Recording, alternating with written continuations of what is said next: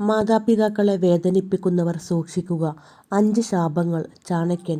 ചാണക്യനീതിയിലൂടെ നൈതികതകൾ, ധർമ്മം, രാഷ്ട്രീയം, കുടുംബചിന്തകൾ എന്നിവയിൽ ദീപ്തമായ നിർദ്ദേശങ്ങൾ നൽകി.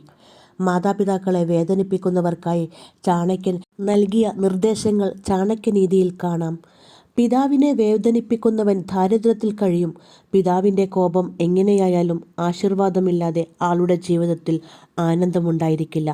പിതാവിനെ ദുഃഖിപ്പിച്ചാൽ ആ വേദന ജീവിതത്തിൽ ദാരിദ്ര്യമായി, നഷ്ടമായി, ദുഃഖമായി പ്രത്യക്ഷപ്പെടും. മാതാവിനെ നിരാകരിച്ചവന് സംശയം നിറഞ്ഞ ജീവിതം. മാതാവിൻ്റെ അനുഗ്രഹമില്ലാതെ ഒരാളുടെയും മനസ്സ് എപ്പോഴും ആശങ്കകളും അപൂർണതകളും നിറഞ്ഞതായിരിക്കും. ചാണക്യൻ്റെ ആശയം മാതാവിന് ആദ്യമിടം. അമ്മയുടെ ദുഃഖം ശരീരത്തെയും മനസ്സിനെയും കെടുത്തും. മാതാപിതാക്കൾക്ക് അപമാനം ചെയ്താൽ സന്തതി ശാപം. ചാണക്യൻ പറയുന്നു, ഇത്രയും വലിയ പാപം മറ്റൊന്നുമില്ല. ഈ പ്രവർത്തനം സന്താനത്തിൽ വരെ ദോഷഫലമുണ്ടാക്കും.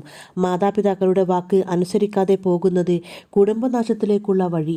ചാണക്യൻ അനുസരണയെ ഒരു വലിയ ധർമ്മമായി കണക്കാക്കുന്നു.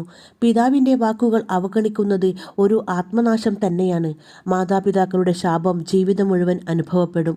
മാതാപിതാക്കളുടെ ഹൃദയം തകർക്കുന്നവർക്ക് ദൈവം പോലും സഹിക്കില്ല. മാതാപിതാക്കളുടെ ഹൃദയത്തിൽ പിറക്കുന്ന ശാപം ഒരിക്കലും പാഴാകില്ല. അതിൻ്റെ ദോഷഫലങ്ങൾ ജീവിതത്തിൻ്റെ എല്ലാ ഘട്ടത്തിലും അനുഭവപ്പെടും.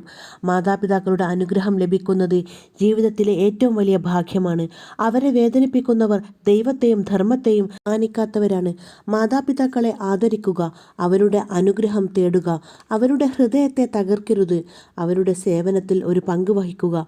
വൃദ്ധരെ ഉപേക്ഷിച്ചവൻ എവിടെ കൊണ്ടും വിജയിക്കില്ല. ചുമതലയും സ്നേഹവും ചേർന്നുള്ള സമീപനം മാത്രം സന്തോഷഭരിതമായ കുടുംബത്തിൻ്റെയും ജീവിതത്തിൻ്റെയും അടിസ്ഥാനമാണ്. വീഡിയോ ഇഷ്ടപ്പെട്ടാൽ ലൈക്ക് ചെയ്യാൻ മറക്കല്ലേ. താങ്ക്